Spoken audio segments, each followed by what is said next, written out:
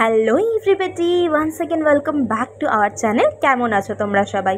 আশা করছি সবাই খুব ভালো আছো। তো আজকে দেখো, এটা কিন্তু কোনো ভ্লগ নয়, আজকে একটা ছোট্ট কিন্তু দারুণ টেস্টি একটা রেসিপি হতে চলেছে। তো এই যে দেখে বুঝতেই পেরেছো, ট্যাংরা মাছ, যেটা কিন্তু আমার খুব পছন্দের। তো এই যে রান্না করবে কে? আমি একদমই নয়, রান্না করবে এই যে আমার মা।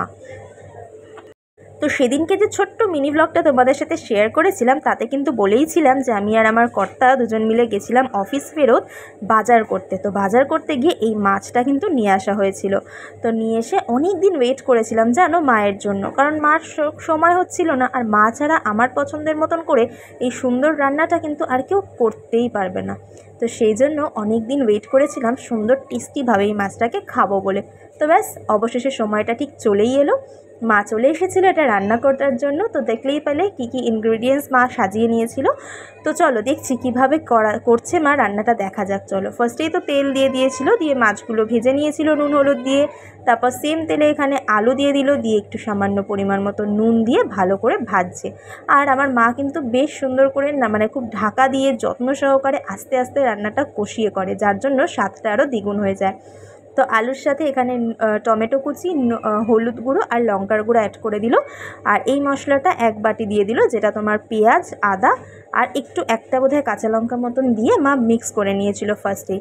দিয়ে মশলাটাকে ভালো করে দিয়ে কষিয়ে দিল, পরিমাণ মতো নুন দিয়ে দিল। আর দেখছো কালারটা কি সুন্দর এসেছে না বলো?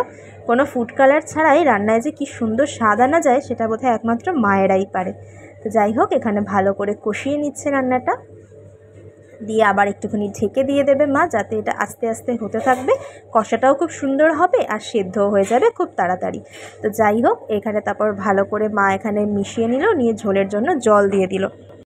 তো ঝোলটা এখানে ফুটবে, তার জন্য মা কিন্তু এখানে আবার ঢাকা দিয়ে দেবে, যাতে ঝোলটা ভালো করে ফুটে যায়। আর ঢাকা দেওয়ার আগে কিন্তু গোটা কাঁচা লঙ্কা দিয়ে দিচ্ছে, কারণ ওই যে মায়ের জামাই তো ঝাল খেতে পারে না, কিন্তু মায়ের মেয়ে খুব ভালো ঝাল খেতে পারে। তো সেই জন্যই আমার জন্য দেওয়া এটা। আর এটা ঝোলটা দেখো ভালো করে ফুটে গেছে। এবারে মা এখানে যে ভাজা মাছগুলো ছিল সেগুলো অ্যাড করে দিয়ে এটাকে একটু ফুটতে দেবে। তো বাড়িতে কিন্তু সবাই একবার এই রেসিপিটা বানিয়ে দেখো, আই শিওর তোমাদের খুব ভালো লাগবে। ভালো লাগলে অবশ্যই একটা লাইক করে দিও, আর হ্যাঁ, কমেন্টের মাধ্যমে জানাতে ভুলো না। চলো টাটা।